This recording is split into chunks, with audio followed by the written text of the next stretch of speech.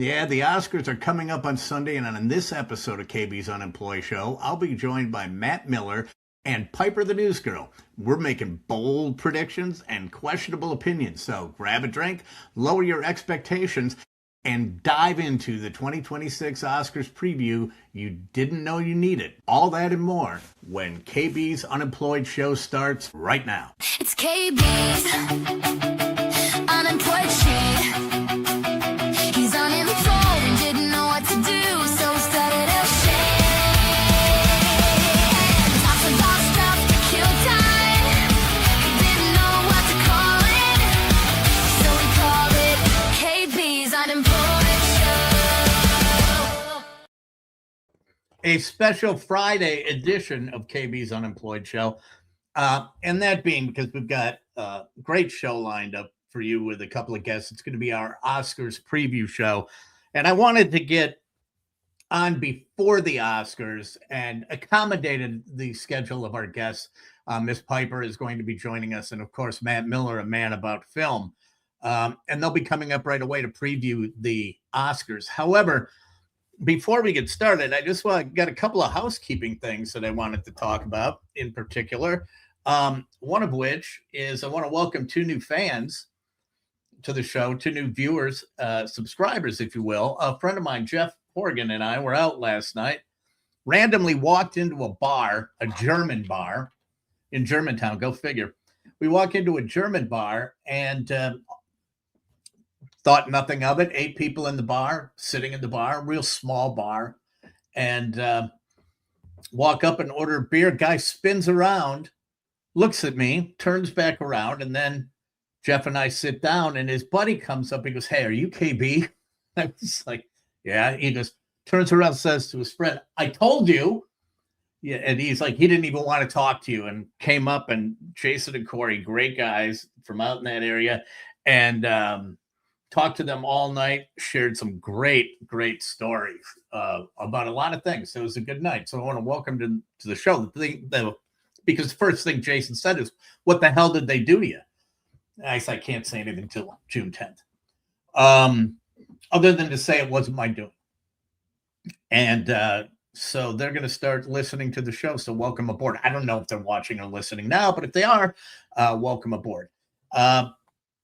So a few things, I don't get real political on the show, although I have been mentioning political stuff the last couple of days, and I don't really want to get into it. But I just want to say this, that I, as I said, that, as I was, dressing for the show, not today, as when you're unemployed, you dress a certain way. And I joked the other day that I was getting my wardrobe from the John Fetterman collection. And I just want to say that watching, and I don't watch a lot of news, but I've caught a couple of things that he has said. And I just want to say he is my new favorite. I am digging this guy big time. And the only thing I'm going to say about this, and then I'm going to move on, I don't care what you believe in anything.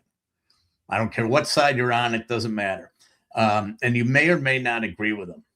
But what I want to say is the reason I love this guy is because his opinions are his opinions. And we need more of that. I don't care if I agree or I don't care if I don't. You're just not towing the company line and you're thinking. That's all I like is people who are thinking. So he's my new guy. And the fact he wears hoodies everywhere and Carhartt hoodies. And I can tell you this much, that Carhartt hoodie is a fantastic piece of clothing, especially for the fall, even in the winter. All the Carhartt stuff. So John Fetterman's my new guy. And, I was kind of curious when they elected him after having a stroke. I'd rather have him than, a TV doctor. But thanks, John, for speaking your mind, for having an opinion, and it is your opinion.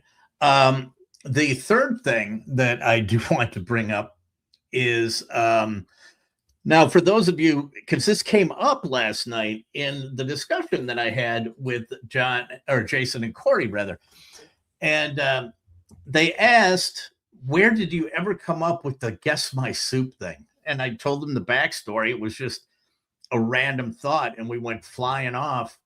Um, Drew said, "You eat soup every day at lunch," and I said, "Hey, let's just play Guess My Soup." Right now, everything in radio uh, is stolen, basically.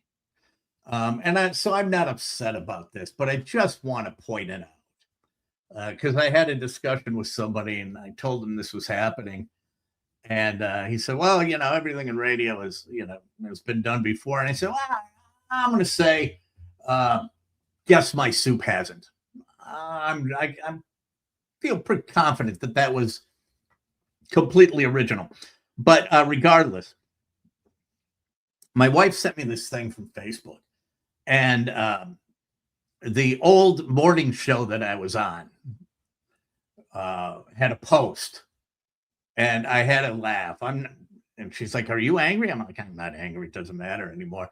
But the old morning show that I was on, and one of the days I'll go through what my exit, which I think might be the greatest Irish exit of all time. Can you Irish exit a job after 22 years? You sure the hell can, because I did it. And I'll give you the reasons why in an upcoming episode.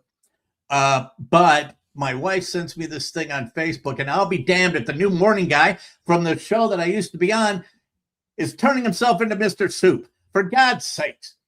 And I know there are people from the from the station that tune in, and I love you dearly, and I'm not saying that you ripped it off, but couldn't you be Mr. Salad? Or couldn't you be like the salad dude or salad guy? You went right for soup. We were doing the soup thing 8 years ago.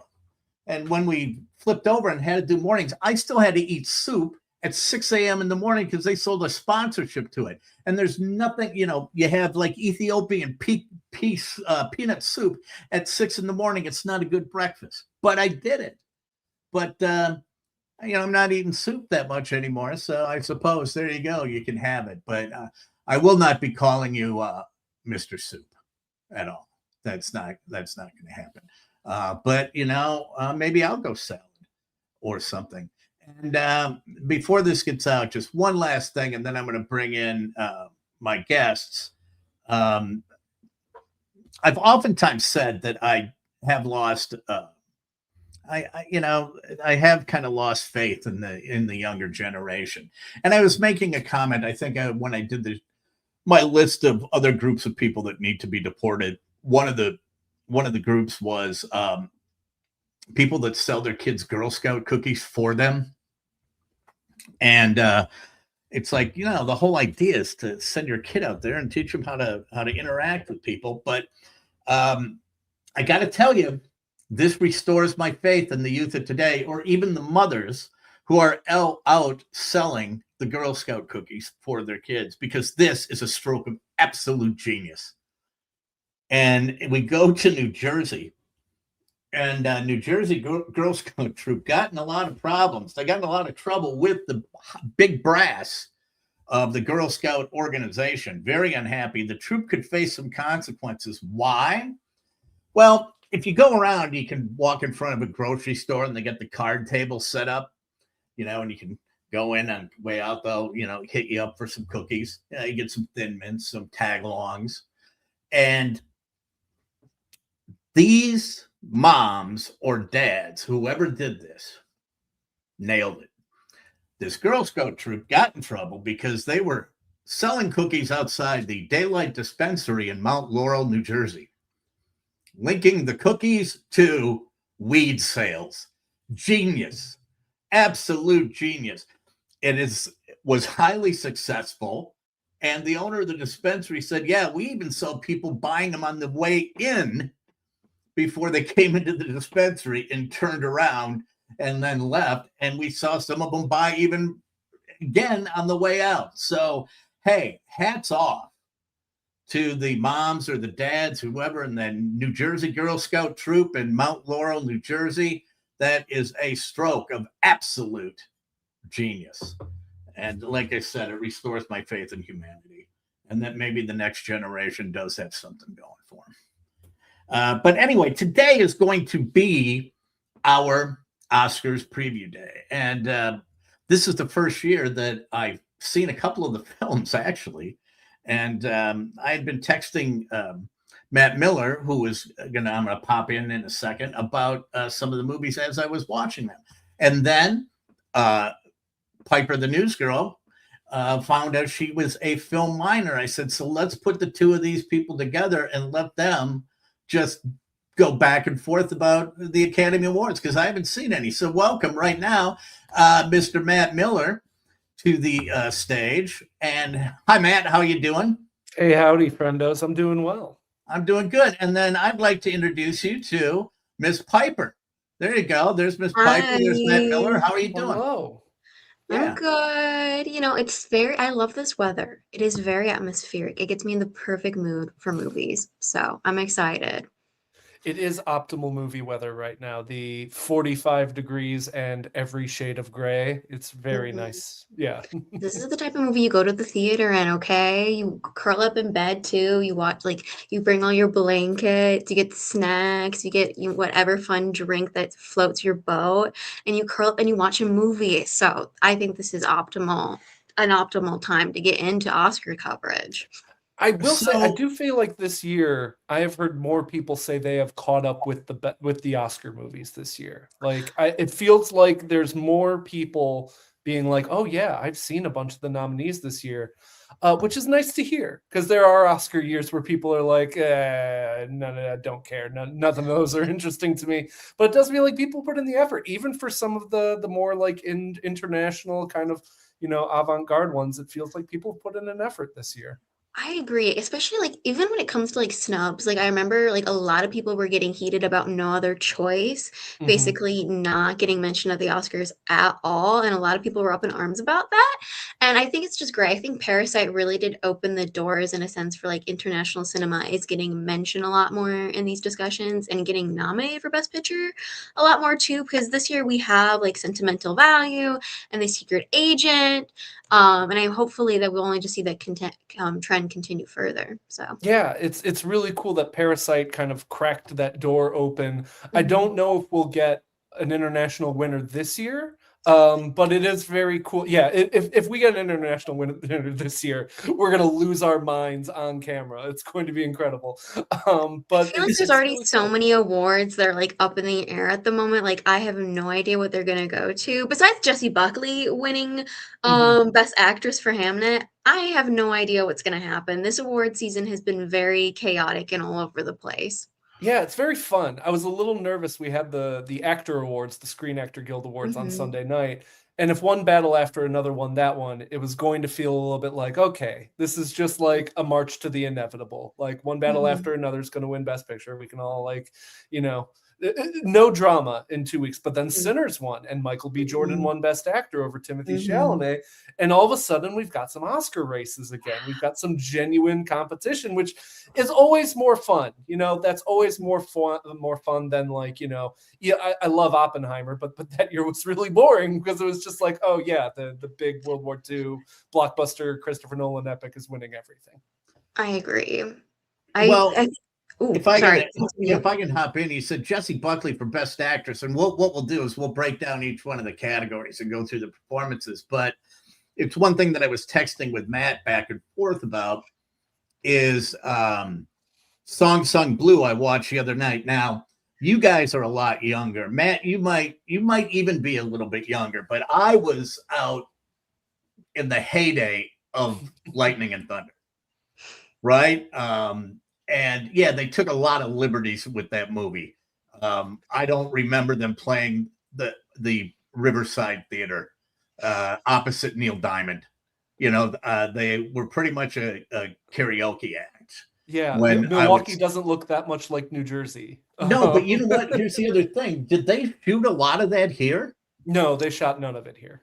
Okay. Yeah, because it was almost entirely shot in New Jersey. Yeah, but so in watching that, and I had seen and knew both of them and had met both of them. I mean, you were out in these little dive bars and they were singing and playing, and it was fun. It was kitschy. But as I watched it, I'm not going to lie, I got a little bit weepy about it because all of the events that happened with Claire Sardina and the injury and how getting hit by a car, we were like, oh my God. And it's like, here it's just like this karaoke act. And it was the one thing that they played so well. And first of all, you said Jessie Buckley for Best Actress. Knowing and going through that whole story and knowing the people who they were portraying, I would put it on a silver platter to Kate Hudson right now because she flipping nailed it. I mean, and you see people try and fake an accent. She just hit that Wisconsin accent out of the park, and it wasn't contrived the way she did it. It was just like you walked in to a bar on the Boulevard of Broken Dreams, which is Packard Avenue in Cudahy, and just started talking to someone. And she just flat out nailed it. And I absolutely, I adored everything about that movie. Was it a Best Picture movie? No. But not that good. But I'm telling you, she should get the nod for Best Actress. Piper, did you get to see Song Sung Blue? I did not. I actually have a funny story about that where like my mom, obviously you know who Lightning and Thunder were. My mom and like my parents have both lived in like Southeast Wisconsin since the dawn of time, since like dinosaurs roamed the earth. But so I didn't know anything about them beforehand, but when I told them they made a movie about them, like they were all up and excited about it. And I have an internship at Milwaukee Film, so they run the Oriental. Hey. Yeah, and which is like very cool, but like like they fully had Hugh Jackman there for like a showing of it. And my bosses did not tell me. I was like, I could have met Hugh Jackman and you just did not keep me in the loop. So I feel like a little bit out of spite. I have not seen it yet, even though Out of protest. right. Like, how could they do me so dirty like that? I just can't. I don't think Hugh Jackman has left town yet. I think he's still showing up in places. I think he's still working at Cops right now as we speak. And at Kegel Inn. Right.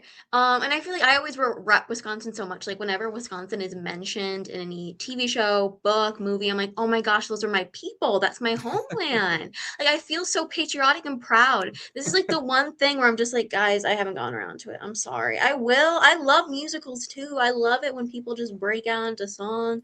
I feel like it's just such a great way to express what characters go through. But it is not.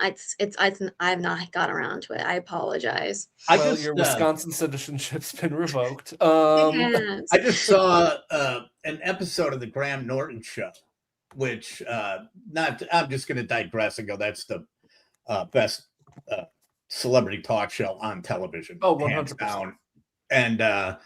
And then you saw where James Corden got it from when he came over and did his late night show and put everyone on the couch at the same time. But Hugh Jackman was on and Kate Hudson were on talking about the movie. And Hugh Jackman talked about how he kind of imposed on Neil Diamond. Bless you. He kind of imposed on Neil Diamond, ended up going to his house right after the movie was out. And they had dinner, and he said, Neil Diamond's got to be like 92 or something. He's up there.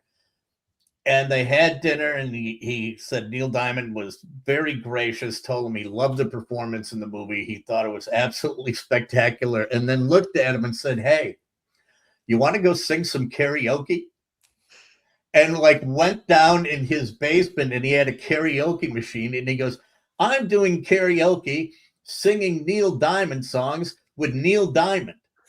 And then and he said that the song that Neil Diamond sang was I Dreamed a Dream, which and Hugh Jackman, was he in Les Mis? Yeah. No. Yeah.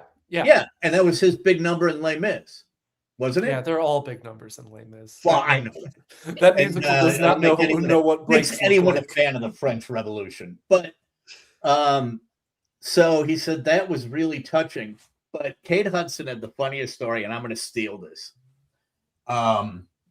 Because she said in the Neil Diamond household that anytime someone says the phrase, if people are around and says the phrase so good, two other people go, so good, so good.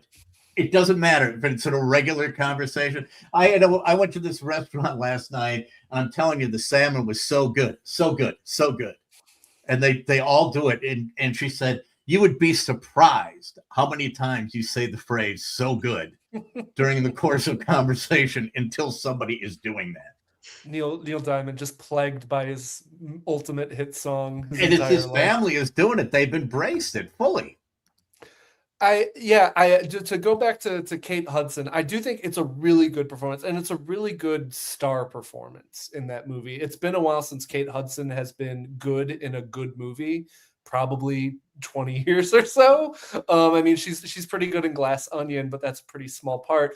And she just brings this pop to Song Sung Blue that the movie really needs. I don't love Hugh Jackman in the movie. I think Hugh Jackman is starting to become one of those people who I think he's a very particular tool to use in acting. And I think that role, he's just kind of too big. He doesn't fall into the role. You feel like you are watching a guy act like a guy. Whereas Kate Hudson, she's just very effortless in that movie, which is surprising because, like you said, she's got the accent and she's got a lot of the emotional heavy lifting of that movie, you know, going through drug withdrawals and losing a leg and all this stuff.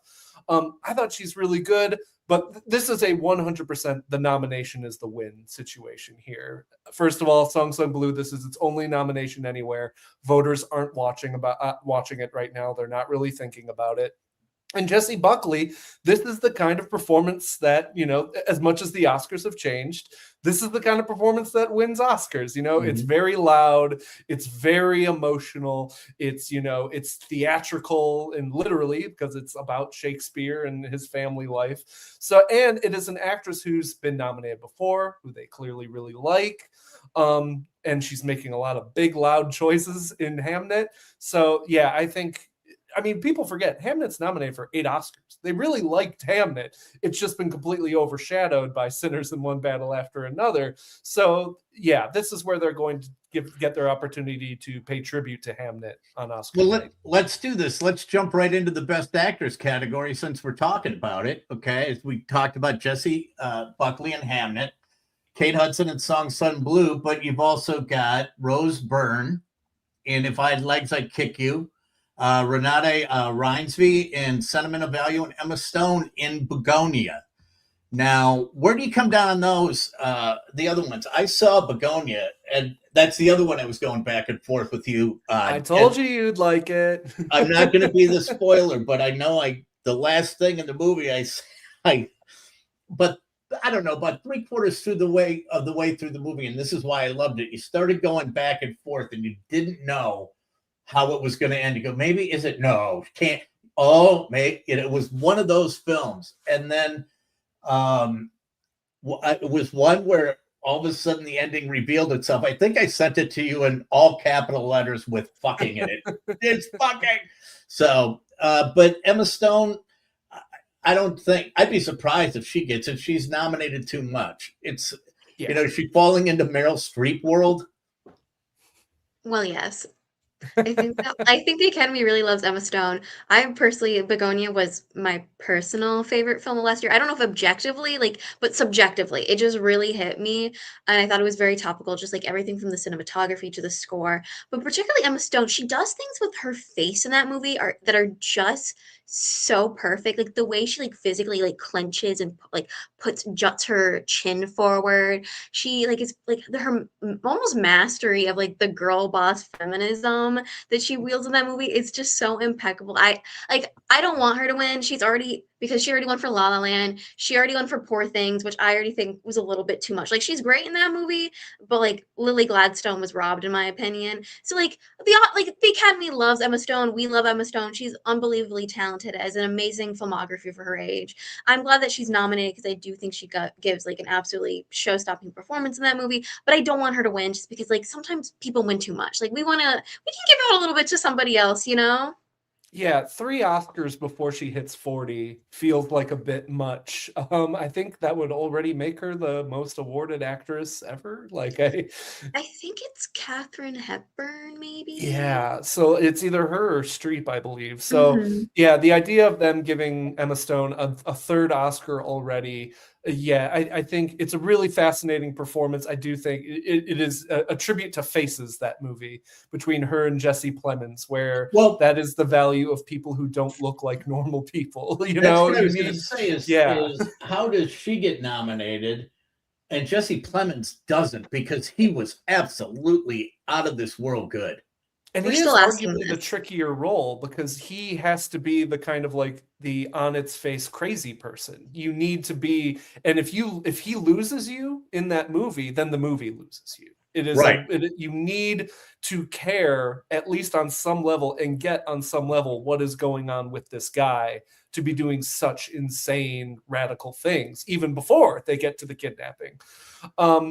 I think it's just familiarity on some level. Part of it is, Emma Stone, 2-time nominee. She's in that kind of street territory where if she's in something, she's probably going to be in nomination talk. And then I think part of it too is Best Supporting Actor was kind of a tricky category this year, a lot more, I would argue, than Best Actress. In Best Supporting Actor this year, you had two people from One Battle After Another. You had Sinners, you had Frankenstein, Jacob Elordi in that. You had Sentimental Value and Stellan Skarsgård. It was just a pretty packed category that was hard to crack. And I think the Oscars just, I'm actually kind of surprised Begonia's made it this far. Like, it was kind of surprising it got the Best Picture nomination just because it's a weird movie. And I know for some odd reason, Yorgos Lanthimos has tapped into a weird channel in the Academy that like, this is the weirdness they like. But it's so strange that like, they're like, oh yeah, Lorgos made a twisted, weird movie about like conspiracy theories. Obviously a Best Picture nominee. It's like, what? It's so strange. But obviously it got that, it snuck in there, and obviously Emma Stone got in. So the appreciation side, I think it got a score nomination too. So clearly they like this movie. Well, it's funny because David on YouTube makes a comment. He goes, the score in Begonia was his favorite part of the movie. And I think I commented to you when I was watching it, the way that score was written as kind of a period piece. They just simply, it didn't stand out like, let's say, a John Williams score would stand out, but it laid underneath that movie perfectly, and it took you a while to figure out how good it was. Yeah, it's very good tone setting in that movie in terms of like getting the kind of chaotic elegance of that movie. I listen to it while I study sometimes just because I find it to be a very tense, on the edge of your seat kind of score. I feel like it makes me do my homework faster because I almost want to like rush through. Like, I can't listen to this anymore. It's freaking me out. But like in a good way though. Like, it's like I'm self-conditioning my brain to get these things done quicker. So You're trying to get it done just in case Jesse Plemons kicks down the door and it's like, I think you're an alien. no, he is like legitimately terrifying in that movie. I feel like he's a fine young chap in real life. He's married to Kirsten Dunst. Like, they seem like such a cool couple. But him in that movie, I'm like, legitimately, if I saw him walking down the street, I'd walk the other way. So He is getting to that point where it's just like, he does seem like a good guy in all of his interviews. He seems like a normal, level-headed person, but he chooses some really twisted stuff. Like, he's the kind of the most recognizably twisted part of Civil War. He tends to gravitate. He's done several other Yorgos movies at this point now too. I would love to interview him because most people were introduced to him in Friday Night Lights, right?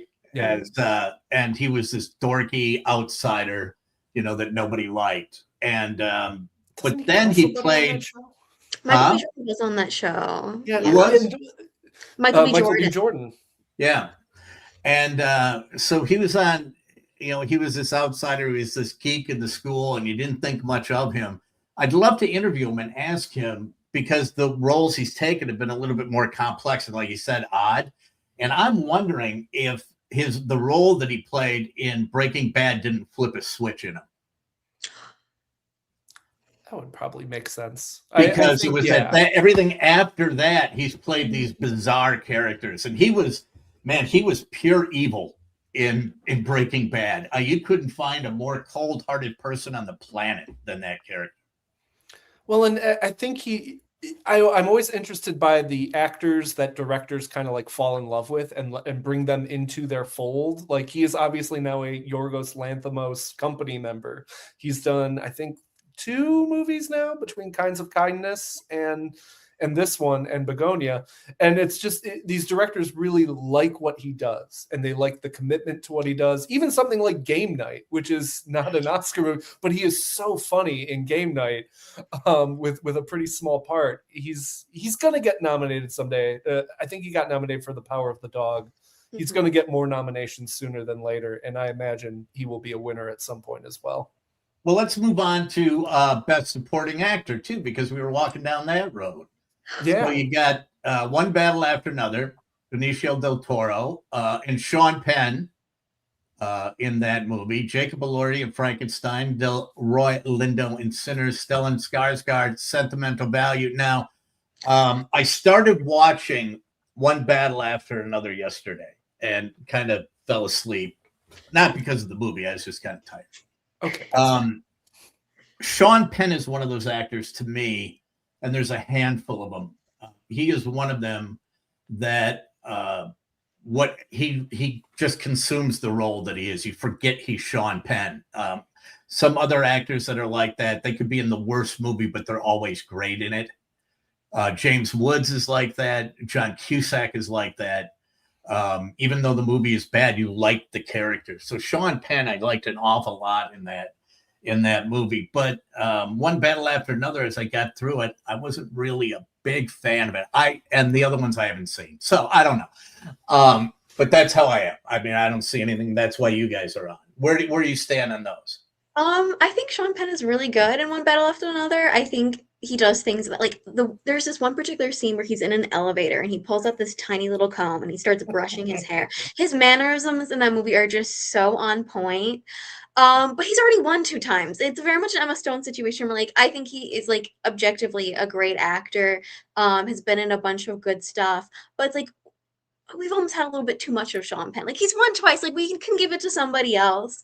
I think Benicio del Toro in that same movie, if I were gonna give it to somebody one battle after another, I think I would give it to him. He is a very understated, but like he's just kind of a guy you would drink a cold one with. You would, crack open a beer with him. He's Just a few very small chill and drinks. relaxed in that whole film. And I think that's a very like when we think of great performances, a lot of people gravitate towards like very big and boisterous and emotional scenes.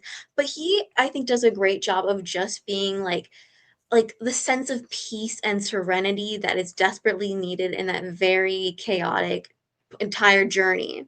So that's my thoughts on I guess some of the supporting actors in One Battle After Another. I don't think either of them are going to win. At least I hope Sean Penn doesn't win. He might at this point though, because he is the most precursor awards, but it's more like deep down, I'm like, ugh, it could be literally anyone else. So Yeah, I'm 100% with you on the Benicio. If I had a vote, I would vote Benicio del Toro. He is what makes the middle part of that movie so good. He's kind of the soul. He's truly the supporting actor guiding you through that. And then you read all the behind the scenes stuff about how much he brought to that section of the movie. He's just great. But the problem is, like you said, it's a pretty understated role. And if there's one thing the Oscars don't generally reward, it is understatement. And I spent so much of this Oscar season being like, oh man, best supporting actor this year. It's so up in the air. Anybody could win. Skarsgård could win. It's their chance to, toss an Oscar at this like accomplished actor across like international actor who's done blockbusters here and small indie movies. You could give Jacob Elordi, crown a new superstar. Delroy Lindo, similar to Stellan Skarsgård. Ooh, wow, it's this great, we're rewarding this great character actor. And then I sat down and I was like, wait, of course it's going to go to Sean Penn. Like, it is a big, loud, ticky villain performance. And if there's one thing we know about the Oscars, it's that they love big, loud, actory performances. And if it was a bad performance, I'd be mad about it because I'd be like, really, a third Oscar for this? But I think he does a good job of making those ticks feel like a part of a character and part of something that is built into a human and I love the way he is not a sympathetic character by any means, but he does find this very sympathetic, like self-combusting element to that character that like he is so repressed and so pent up that he is just bursting at the seams and like just I find that performance fascinating. And like I said, it seems very obvious he's going to win to me now, but it'd be cool. This would be a cool place for there to be an upset, to give a Benicio, to give a Delroy. But I do also wonder if Delroy's role in Sinners is just kind of too small too. I think seeing like the recognition for Delroy Lindo is amazing. He wasn't nominated anywhere else this award season, so the fact he even got nominated is just great to see. It's like one of those things when you wake up on like the nominations morning and it's just a surprise, like, wow, like that's a really cool nomination to have up in there. Especially when he But I missed out for Da 5 Bloods too, which he right. is incredible in Da 5 Mhm. Bloods. And for some odd reason, I assume it's the Netflix of it all. Yeah. That movie, he got totally overlooked. So it's Mhm. nice to see him finally get some recognition for being just a steady hand Exactly. forever. He's like one of those career character actors. Like when he shows up anything, you know he's gonna be good. He's gonna bring something dynamic and interesting to the table. But I don't think he's gonna win just because we don't really have a precedent for like because didn't get nominated at any other award show. And also it's just like even though he's great in Sinners, I don't think he has enough screen time. That's another thing. I thought Jacob Elordi was absolutely amazing. I think he really showed that he's not just the white boy of the month, some pretty boy actor. I think he showed that he actually has some acting chops. But supporting actor, I mean, technically he is the supporting role in Frankenstein, but he always has the same amount of screen time as the titular Frankenstein. So it does, like, technically it is a supporting role, but also not at the same time. I just thought the funniest thing was that my mom went and saw it. They were having like briefly at like it came out on Netflix, but before then, for like a week or two before, you were able to see it in limited showings in theaters. And I went and saw it, and my mom saw it after me. She texted me, she's like, Jacob Elordi's just not the white boy of the month. I like him more than Timothy Chalamet. I think he's great, you know?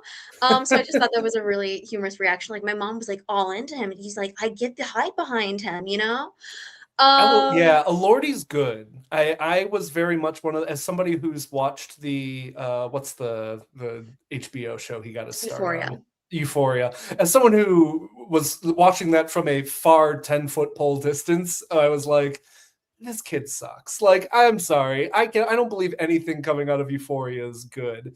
And then I saw him in Priscilla and I saw him in Saltburn, and I was like, this dude's got it. He's good. He knows what movies want. Like, he's probably the best part of Saltburn for me. I think he gets and I think he's also kind of that way in Wuthering Heights too, where he kind of gets on the right tonal wavelengths of what movies are going for. I can't even get into Margot Robbie's we performance in that movie. It's can't so even get into the Wuthering Heights of it all. We just can't. But yeah, I think he's going to be. I think him and Chalamet. It's nice that we have this, like, and you know, Josh O'Connor, who I wish had gotten more attention this year for Wake Up Dead Man. He is so good in Wake Up Dead Man, and again, like the best part of that movie. He brings it all together. he's so good, and it must have just been the Netflix of it all that movie just kind of died on the vine in terms of, you know, awards attention. But he's incredible in that movie, and he was incredible in like 3 other movies that came out this year. So we have this nice kind of undercurrent of stars coming up through the ranks, and hopefully Hollywood keeps giving them interesting roles. Well, let's take a look at the best supporting actress category then. Elle Fanning in Sentimental Value. Inga Ipsdotter Leleus, Sentimental Value. Amy Madigan, who just won at the the Actors Awards. Wunmi Masaku and Tiana Taylor, who was badass bitch in one battle after another. I have not seen anything other than Tiana Taylor's performance, so. I thought it was pretty intense, that's for sure. But hey, I'm turning it over to you, the experts. Battle it out. Oh my goodness. This is one of the toughest ones. Piper, where are you leaning on this one? I think this is the hardest category of the night. Like, I don't want to put all these queens against one another because I think they're so exceptional and talented and great at what they do. Unfortunately, Elle and Inga, I feel like, are just out of it. Once you have like 2 actors from like the same movie in the same category, it splits the vote. I think Sentimental Value, I'm glad it's up in here. I'm glad it's getting nominated. But everybody's just firing off on all cylinders in that movie. But I think just because they are in the same category, I just don't see it happening. But Elle Fanning, lovely. She's great in everything, and I'm glad to see. This is her first nomination, I believe, which I find kind of Her Badlands. She's great in the movie. right. But she has such an interesting filmography for her age, and I can only see her doing even better and bolder things from here on out. Oh my gosh. I think Amy Madigan is the best part of Weapons. I was kind of middling on Weapons. I thought it was really good until we get into like all like the supernatural stuff. I would have preferred it if it were more like grounded in reality, or if we didn't really know what, like if it was kind of left more mysterious. I feel like that happened with the same with Zach Kreger's other movie, Barbarian, where like as soon as he starts explaining stuff, it kind of loses the mystique and interest for me. But Amy Madigan, exceptional in that movie, and if she won, I wouldn't be mad because she just seems like a very lovely person, and just like again, like a gal I would want to go get brunch with. Tiana Taylor, I do think gives my personal favorite performance, just because that is a true supporting role. She's only in the movie for about half an hour, 20 minutes, but she stays with you throughout the rest of like the narrative. She just leaves such a massive impact where you can feel her presence. She's like a ghost in every single conversation, every single action. She drives the rest of the plot forward. And it is like, again, it's an emotionally charged role that the Oscars tend to go for. So again, I wouldn't be, but I think she's also lost some of her trajectory, some steam. She won at the Golden Globes, but she hasn't really won anything else since then. And then I'm always so afraid of mispronouncing her name. Wunmi Mosaka. I would be again overjoyed if she won. I think she is one of the best parts of Sinners, and such like she is also like, I just love the fact that she's just provided so much nuance and is treated with such a loving care. Like she's never a stereotype in that movie. Like people take her seriously. She's the only one who really knows what's up. You know, like she's talking, like she's the only one who has any like inclination, like, ooh, maybe we're dealing with something supernatural here. Like this is her ballpark. But she is truly like the emotional centerpiece of that film, and it wouldn't work without her. And she's also gained a lot more traction. I think she wasn't nominated at the Golden Globe, so I was a little bit worried about whether like how the rest of the award season would shake out. But she's been gaining a lot of steam and like support since then. So, but I don't know. Like this is truly the one where like it can go to almost anyone. This is I'm sticking with Tiana Taylor in terms of who I think is going to win. I just think they really like that movie. I think she's great in the performance, and you need her to be great in that performance. Because like you said, it needs to stick with the movie through the entire 2 hours that come after. And also, I think if I have an issue with One Battle After Another, it's that I think her role is like arguably a little underwritten. Like I kind of want like 1 or 2 more scenes just so that I as an audience member can like kind of understand the kind of emotional ebbs and flows that she goes on in that first 20 minutes. And I think the fact that you don't mind that as much is a tribute to her performance. I think she brings out a lot of the kind of deeper feelings and like a emotional coherency that maybe the script doesn't even have for her.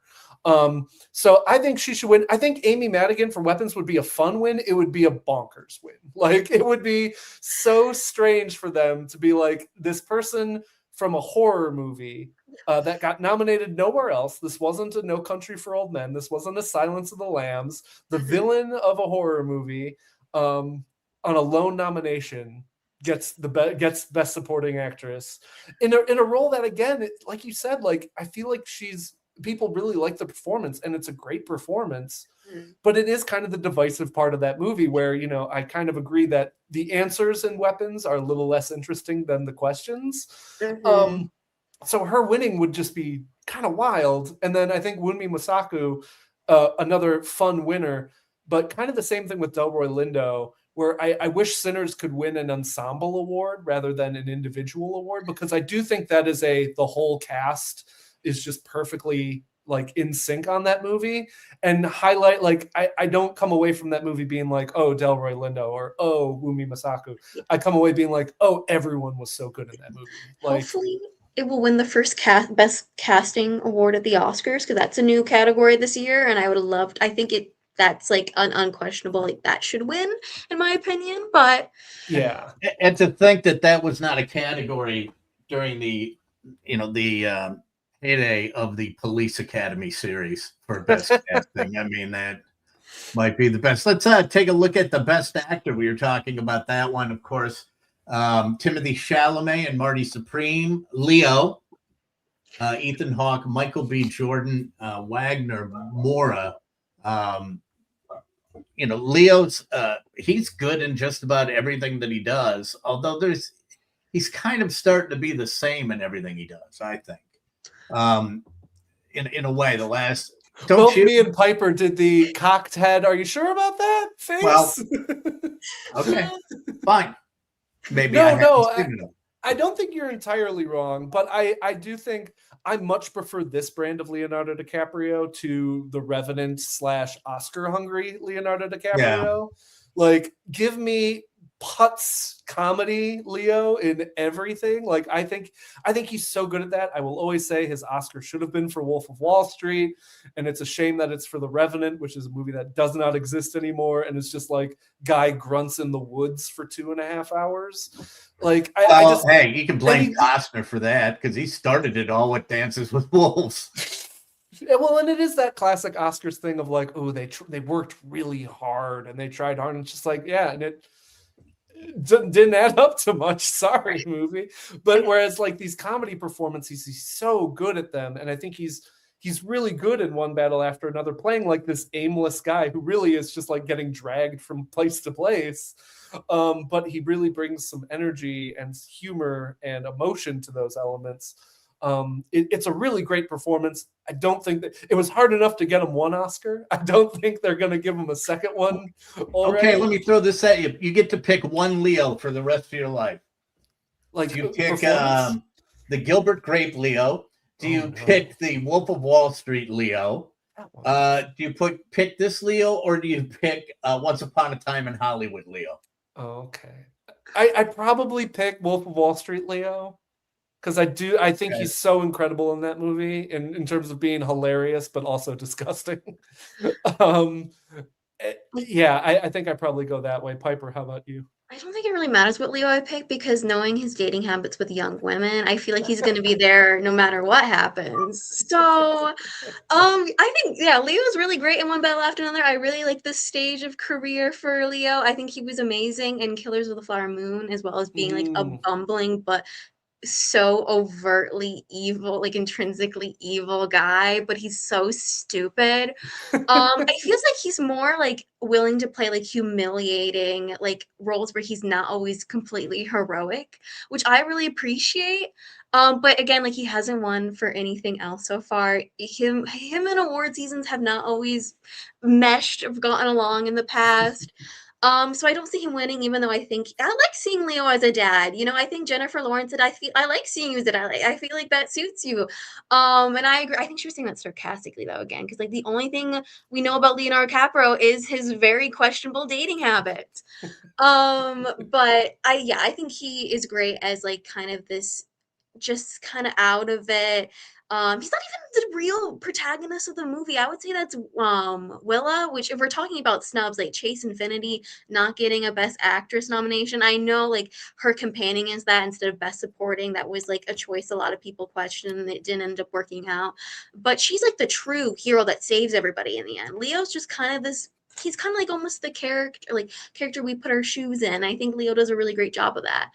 As for everybody else, though, I don't know. I feel like this is the category I care the least amount, because I feel like for a while we thought we were going to get Timothy Chalamet, even though I don't really like Timothy Chalamet that much. As a human, or in Marty Supreme? I think I haven't actually seen Marty Supreme. This is the only one that like I have not seen yet, just because I'm going to get around to it before the Oscars. Did we really need a table tennis?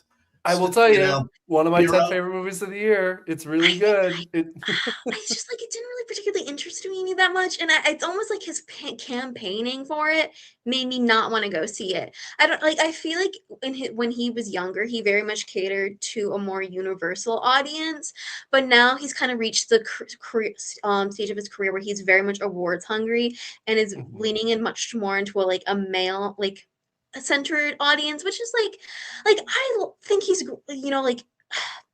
there's been a lot of stuff that I really liked him in, but he's just annoying me right now. He's pissing me off. There was this whole controversy literally earlier today where he was like an interview clip resurfaced where he was like saying like, "Oh, nobody really cares about ballet and opera anymore. Like, I want to make art that's remembered." I was like, dude, we're already struggling to get butts in theater seats right now. What are you talking about? I don't know. He just pees me. I'm sure he gives a great performance in that movie, but like personally, I'm not on the Timothy Chalamet hype train. All right, so. It does feel like people are jumping off. Like it seemed like this was an easy ride to him. Like it seemed like this category was like lined up. Marty Supreme, very well received. You know, I think he's great in that movie. It is a wormy but compelling performance. It's very Adam Sandler and Uncut Gems vibes of like guy consistently making the worst choices on earth. And you're like, well, if you weren't so compelling, I'd be annoyed by you. But I do think it's funny that we just talked about Leo. Like Timmy kind of feels like he's the new Leo DiCaprio, where Leo clearly wanted it so bad. Like he's doing The Aviator and Blood Diamond and all these big, you know, Oscar baity movies. And Hollywood is the Oscars are this weird thing where they're like, oh, if you want it too much, we're not going to give it to you. And if you want it too little, we're not going to give it to you. You have to Goldilocks it just right. And, you know, last year when he was talking on the stage about, you know, how he wants to be one of the greats and he really wants this, I think a lot of that's commendable, but I think for a lot of people, it rubs them the wrong way. And I think you saw some of that this year with the Marty Supreme campaign too, where people were a little bit like, too much. I like it. You're a good performer. Like slow your roll, kid. I'm not even against the enthusiasm and passion. Like, I think we need to get out like this nonchalant era that we are in. Like, we need to care about the arts, especially in this time. But I think it's just because, I don't know, maybe he's like, I would normally be here for this energy bit, but maybe it's because it's coming from him and he's very like a little bit smug about it.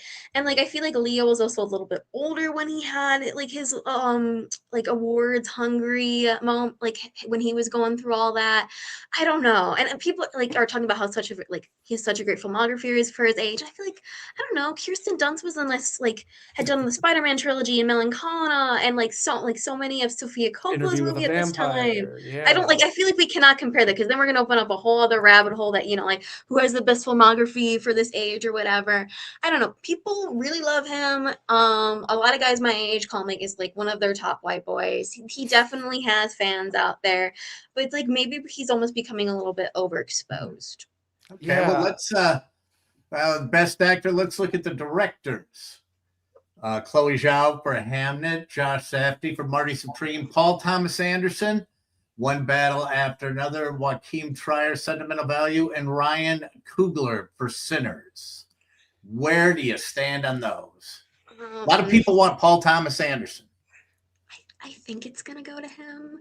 It's nice for everybody else to be nominated, but really, I think it's going to come down to Ryan Coogler and Paul Thomas Anderson here, because that's very much this whole narrative for this Oscar season is Sinners versus One Battle After Another, both very topical movies. They deal with issues that are still very prevalent. Director driven. I know technically One Battle After Another is an adaptation, but it's a very like original kind of approach to the adaptation it's doing, and it's not, you know, IP. Yeah, it is. The other three nominees don't need to bring speeches. Like that this is one of those categories, and I do think it seems like it's leaning Paul Thomas Anderson's way. I think in part just because he's been nominated so many times before. I think he has a little bit of the like we owe him one thing with this, where you know he's had this 25 year career of making incredible movies and really great performances, but he himself has never really gotten any of that shine. So I think they're finally going to give him his trophy here. But this is where I don't know if you agree with me on this, Piper. I am predicting a split. I am predicting a director picture split on Oscar night. I think One Battle After Another is going to win best director. And then I think Sinners at the last minute, I think that's going to win best picture. I think we're going to have a Moonlight La La Land year. I actually can foresee this happening because I feel like originally after the Golden Globes, it was kind of like on lock that One Battle After Another is going to get this. But a lot has happened since then. I feel like also the Sinners is just such a universally beloved movie. It was a really big film for like the people who go to the movie theaters only 3 times a year. Like everybody and their mother saw it and just really saw something in it that, like just like, I don't know, it just brought a lot of people together. And while I love One Battle After Another, was in one of my top 5 movies of this past year. It is definitely a much more divisive movie in terms of just like, it is a very long movie. I saw it in theaters and I thought the editing pacing in that movie is exceptional. But again, like a lot of people can't even sit down and watch a 3-hour movie. Some people fall asleep after the first third. Some of them even Hey, watch us on YouTube. I was tired. I was just happy to be tired. It's not the movie didn't put me to sleep. I know, KB. I'm just rizzing you a bit. But Razzing you. I'm not rizzing you. Two completely different things. I just like I feel like Sinners just has more of that universal appeal to both, critics and general audiences. While One Battle After Another, I still think is a very accessible film. Like it is like Paul Thomas Anderson's blockbuster. It's this action-packed thrill ride. I still just because I think of like it's the topics it's covering, and especially the first 20 minutes that really just kind of put like, okay, are you in with us or not? I think that's gonna maybe hurt its chances a little bit. Yeah, it's an interesting thing because like the Oscars vote on a preferential ballot. So everyone votes like 1, 2, 3, 4, 5. I'm not sure if it goes all the way through to 10. And I think in this case, I think people really like and respect One Battle After Another. Obviously, it's one of the 2 movies that's probably going to win Best Picture. But I think if you asked a lot of voters what movie they loved, it's Sinners. I think they love the fact that he made this original movie in the studio system at a mid-budget level that was just greatly entertaining. That was genre film, but wasn't afraid of being a genre film that becomes a bloody vampire movie, but also is like digging its teeth into like complicated issues, but without sacrificing the entertainment value. So I just see Sinners with the momentum, and clearly the Oscars loved Sinners. They made it their most nominated movie of all time. So if it wins, it shouldn't come as a surprise, but it's so many things that the Oscars don't do. They don't do genre movies. They don't do movies that came out almost a year ago at this point. These are all things. I mean, famously, they don't do diverse movies very much. So, I mean, they're doing a lot better at that in recent years, but, it is just a lot of things. I think this is going to be, I see Sinners happening, but yeah, it's basically those 2 at the top, and then everyone else, like I said, well, then speeches at home. Let's take a look at that category. Best Picture: Begonia, F1, Frankenstein, Hamnet, Marty Supreme, One Battle, Secret Agent, Sentimental Values, Sinners, and Train Dreams. To me, the one that doesn't fit is F1. There it is. Yeah. It's like, okay, that's, I mean, Days of Thunder didn't get nominated for Best Picture. I mean, it's a lot of it's that with just a bigger engine. It's the Ford versus Ferrari vote. It's the dad vote. Like, no offense to the dads, because I like that movie. It's a fun movie. Yeah, but it's not a Best Picture movie. No, and it kicked out, like, my favorite movie of last year was an Iranian movie called It Was Just an Accident. It's a tremendous movie. It was probably number 11, and F1 booted it off, and it's just kind of a bummer. But, stuff like this, a little bit, I'm like, if this can, bring people to the table, if this can shut up the argument that like the Oscars don't nominate movies people see, I think this has been a really great year for kind of quieting that kind of narrative that, our 2 frontrunners are successful movies at the box office. And then you've got F1 in there, and you've got something like Hamnet that did pretty well for what it is, which is like a very emotional movie about Shakespeare and child death. Like, it's just really kind of nice to have a year that like has movies people have seen that they want to see perform well. There's not really a villain movie this year, which is nice. I think people are trying to turn Hamnet into the villain, which I find, like, even if you did not like Hamlet, I think to argue that it doesn't deserve to be there is a bit like, just that, like, it's by like a known Oscar, like the Oscars love Chloe Zhao. Like she won Best Director and Best Picture for Nomadland. Like, of course, obviously she's going to be there. It's produced by Steven Spielberg. Like, right. I don't think there's an obvious antagonist. I mean, F1, even though like I wish it wasn't there, like you could say like technically like it's impressive. Personally, I was like, if they're gonna go for a technically impressive movie, they should have done Avatar: Fire and Ash. Hey But now, you. I'm sorry.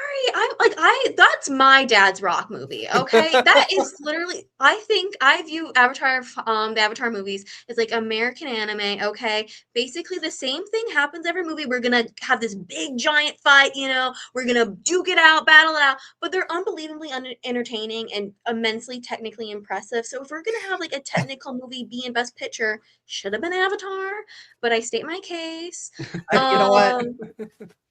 Piper, I got to say that the Avatar movies, saw the first one, and any film that inspires its own genre of LARPing, I'm out.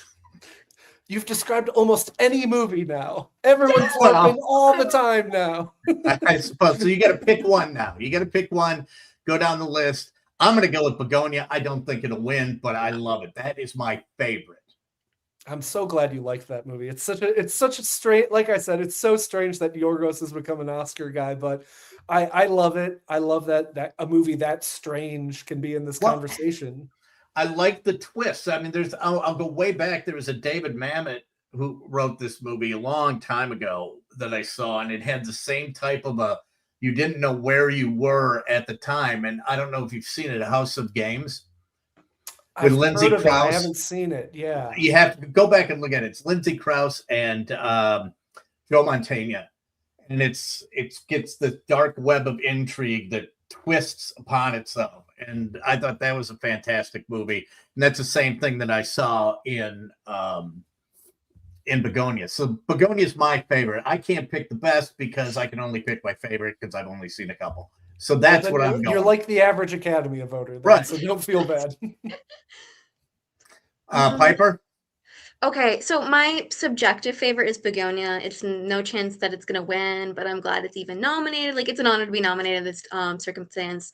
I'm going to say Sinners. I love Sinners. Again, it was in my top 5. Would not be mad about that at all. I'd be really happy for Ryan Coogler and the whole team. I think it's very deserved. I think if anybody was mad about that, I'd be like, what's wrong with you? Like, what planet do you come from?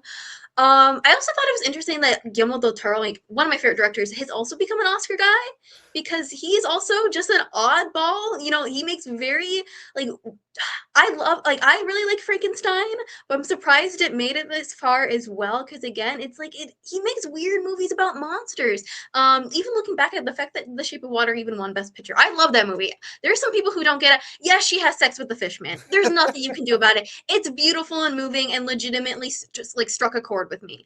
But he's also become an Oscar guy, like him and Yorgos Lanthimos. I think there's like a trend of like the Oscars appreciating more genre movies. Same with like Sinners. Horror use historically has always been like completely overlooked by the Academy. I mean, unless you're The Exorcist or Silence of the Lambs, like good luck. It's definitely not their demographic. They don't appeal to the Oscars, but there's kind of been a shift, which I don't know. I'm just glad that even like the diversity of all these movies, there's nothing that we don't really have Oscar bait at this point, and I don't think there's really an Oscar bait movie here. I think the closest thing you have is Hamnet, and Hamnet, it's the least of the nominees for me, but I don't think it's a bad movie, and and now it's in this kind of third place spot. It's kind of on the outside looking in, and it does feel like the Academy in recent years, they've tried to get younger, they've tried to get more diverse, they've tried to get more international, and the result has been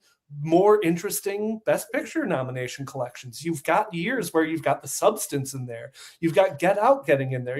These movies that when they first premiere, you're like, well, that's not going to go any far. Like, great movie, but the Oscars, they're never going to go for it. Mm-hmm. Lo and behold, 6 months later, they're going for it. And I like it because it means we've broadened out the conversation. We're not talking about the same 5 movies. We're not talking about, a year in advance being like, well, this is the biopic that's going to get nominated. There's a little bit of that still always, but you're getting a lot more interesting, odd movies in there. And I think that's great. And I also love that this year we have this like fight between One Battle After Another and Sinners.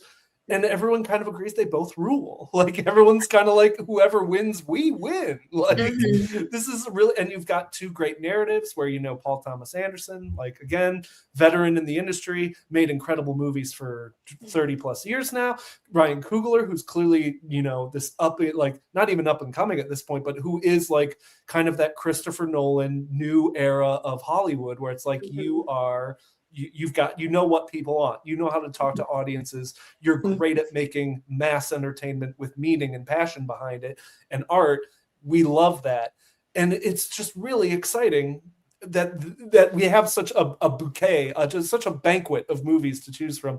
I think if I had to choose mine, I choose Sinners to win, and I think I would probably place my vote for Sinners as well. I think it's it's the movie that stuck with me the most, but that and One Battle After Another are damn close, and I will be very happy whoever wins on Oscar night, unless it's F1, which in case I'll just be confused. I'll just be really confused. We'll find out Sunday night. Matt, can you stick around just for a second, because I want you to participate in something. Thanks, both of you, for Piper, coming on and doing this. I Thank love you. it. I had so much fun. I'll see you at the I didn't Milky have to Film talk Festival about next anything, month. but Matt, you know, Piper's going to join me on a semi-regular basis because she's just wise beyond her years and very funny. I felt very outmatched this entire conversation. I know it. She's intimidating. And No, I promise I don't bite. I just legitimately think filmmaking is so important, and I absolutely love it. I'm obsessed with it. So this was just a really great outlet for me to get all these things I've been pent up, I've been thinking about off my chest. So well, man, and like I said, she's, you know, a very learned young woman, and so we're adding a feature when she's on called Piper's Fun Fact of the Day. And the last time she was on earlier this week, her fun fact, which blew my mind, was that woolly mammoths walked the earth the same time they were building the Great Pyramids of Giza. it's true. So now look, this is what I'm talking about. So now we're coming up to the point, you know, I coming up to Easter in the 10 Commandments, I do not recall seeing a woolly mammoth in the 10 Commandments, and had the woolly mammoths been around when they were building the pyramids, the Jews would have had it a lot easier. Okay, because they would have been able to, you know, rope a couple of They those. might have been in a different part of the globe. Yes, in a different part. But the wool not as useful Piper's in their part of the and country. Piper even gets a logo and a theme song. Let's go. It's time for Piper's Fun Fact of the Day. They're facts that you might not know, but they're really, really fun. And if you tell them to your friends, you look really, really smart. It's Piper's Fun Fact of the Day. Okay, Wow. Piper, what do you have? Okay, everyone. So my fun fact for today is that the Milky Way smells of rum, raspberries, and booze. Which How would they know? They don't. Those things they don't know. Okay, so actually, they say it everyone, I rains have the reason why diamonds we on know it. Neptune.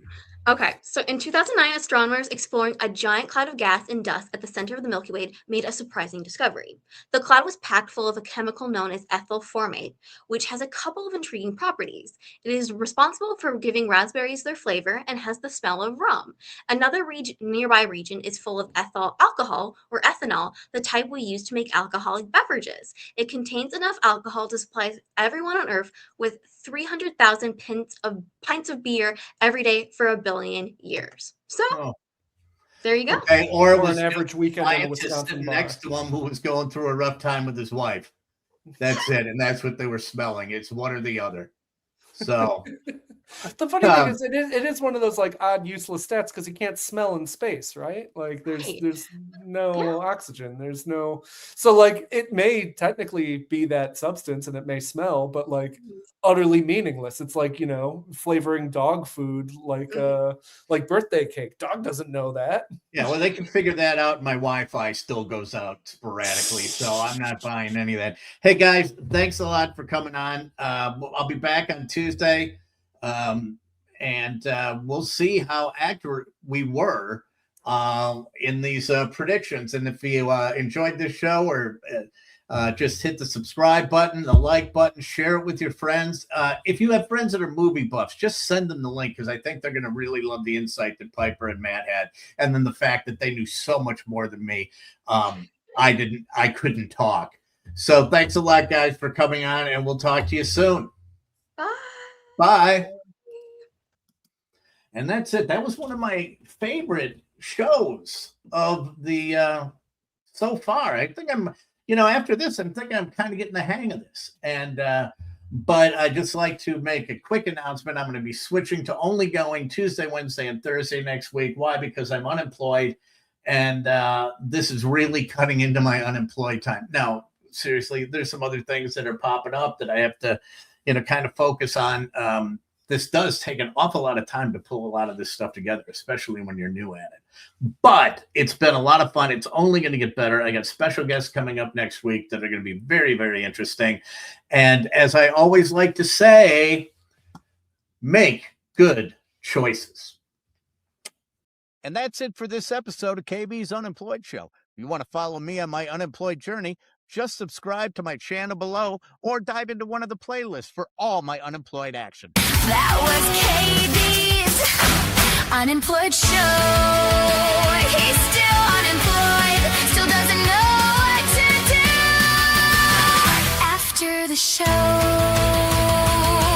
He'll probably make a big cocktail, then probably have another, because the only job he has is hosting KB's Unemployed Show.